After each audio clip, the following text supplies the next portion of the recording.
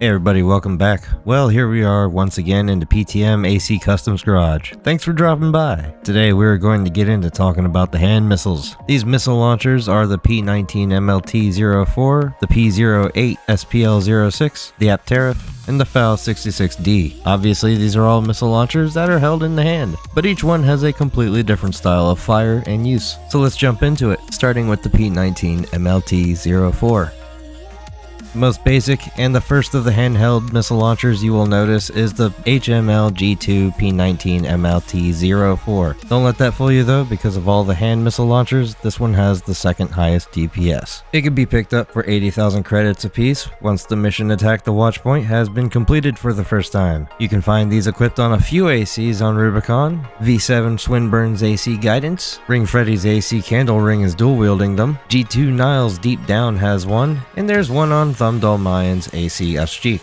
It's a handheld multi-missile launcher developed by Furlong Dynamics, a masterpiece of Furlong's second-gen lineup. This weapon is capable of multi-locking up to 4 targets. Multi-lock is fun, but its use is honestly limited to looking cool, considering it'll almost never be necessary to succeed or S-rank a mission, even if it does help save missiles. P19 MLT-04 is an explosive-based launcher that reloads after every launch salvo. Each missile has an attack power of 216, an impact of 175 each, and an accumulative impact of 105 each, firing 4 missiles per salvo. Its direct hit adjustment is 155, the guidance is 180, so boost that with an FCS that has good missile correction, or hit them up close. The effective range is very far at 2,500 meters. This is the farthest range any weapon can have.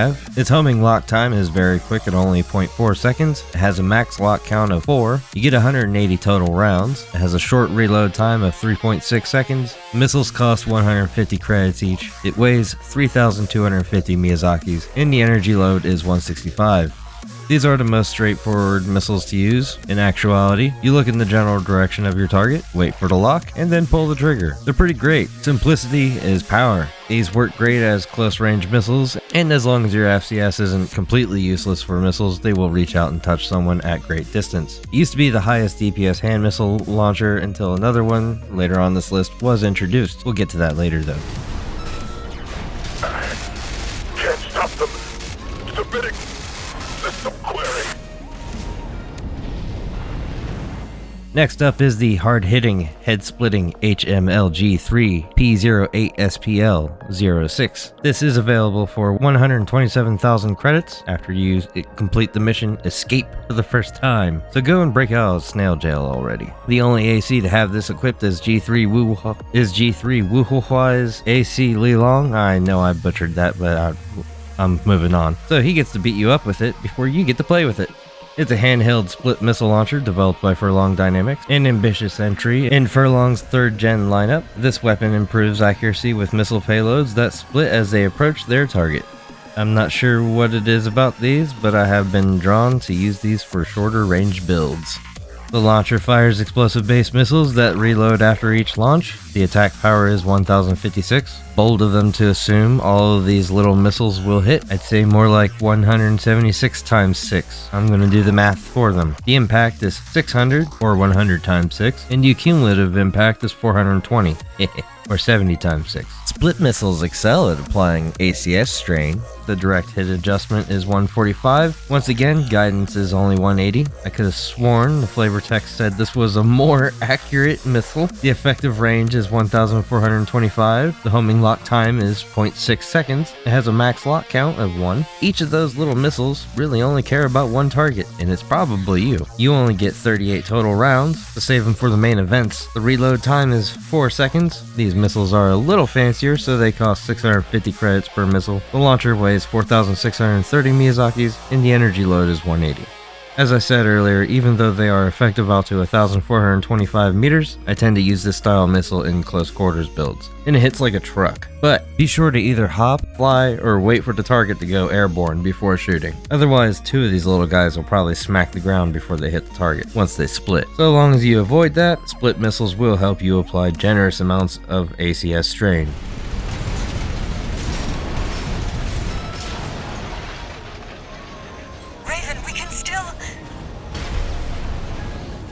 Third on our list is a weird but fun one, the WS-5000 Aperitif Siege Missile Launcher. This one was developed by Chatty Stick, as indicated by the S in WS-5000. And an Aperitif, following along the food theme in many of the RAD parts, is a sort of appetizer drink, usually alcoholic, intended to be consumed before you would eat dinner. This weapon can be purchased for 168,000 credits per hand, after swishing the Sea Spider again in Ocean Crossing on New Game Plus. Cinder Carla's AC full course is dual wielding these, so if you piss her off, you may have to eat a bunch of these missiles.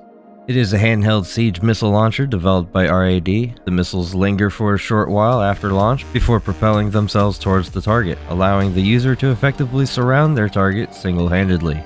These are a rather difficult bunch to successfully avoid.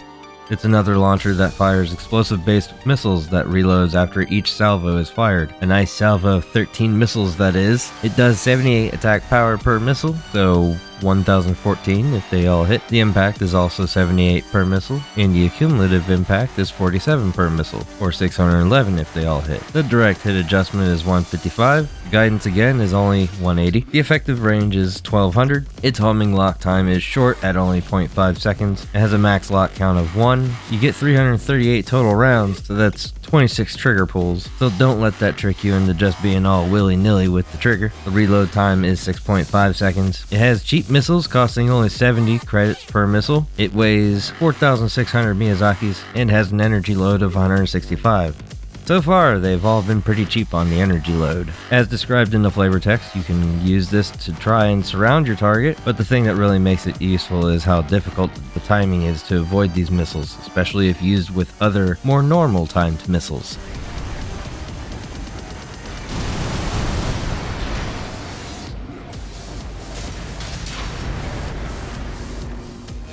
Up last is going to be the weirdest one of the bunch, and also the most recent addition to the list, as one of the only weapons to be added to an Armored Core game ever after its completion. It's the FAL 66D. FAL is the German word for peacock, by the way, and this is the hand missile that stole the DPS crown for its category from the P19 MLT-04. It can be picked up for 210,000 credits each. Expensive! Whew. Once the mission Attack the Old Spaceport becomes available in Chapter 3. Being a latecomer, no one has it on their AC, except you if you get it. And it is a handheld pulse missile launcher developed by Schneider. The missiles create energy explosions on impact that cancel out pulse barriers. Charge the switch to burst firing mode for improved rate of fire. Oh, it's weirder than that. Don't be modest. It's like a different weapon charged up. It's a missile launcher that fires energy-based missiles, pulse energy to be exact, and it reloads after every other salvo uncharged, or once after every shot charged. It has an attack power of 178 times 3, or 534 total. The impact is 122 times 3, or 366 total. The cumulative impact is 87 times 3, or 261 total, and it has a blast radius of 15. Cute.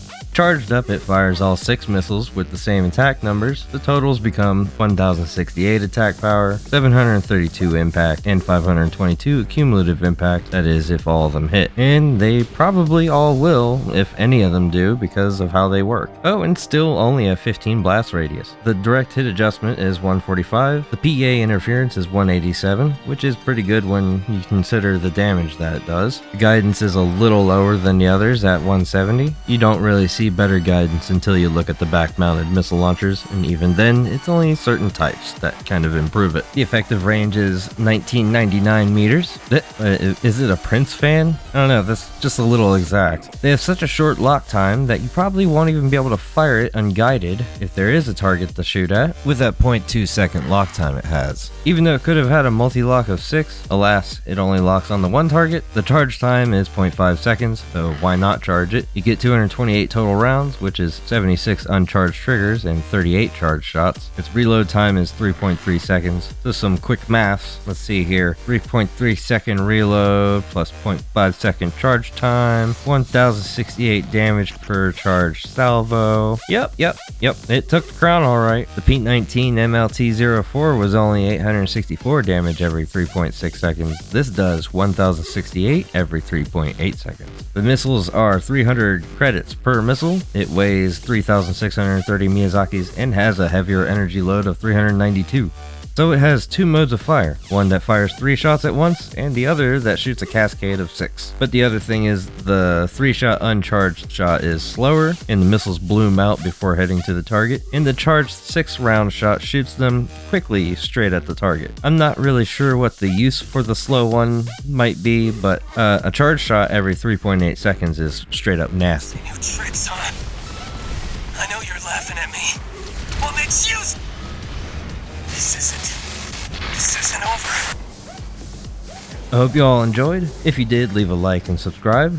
Next week, let's do plasma weapons. Yeah, that sounds good. I'll see you in the nest.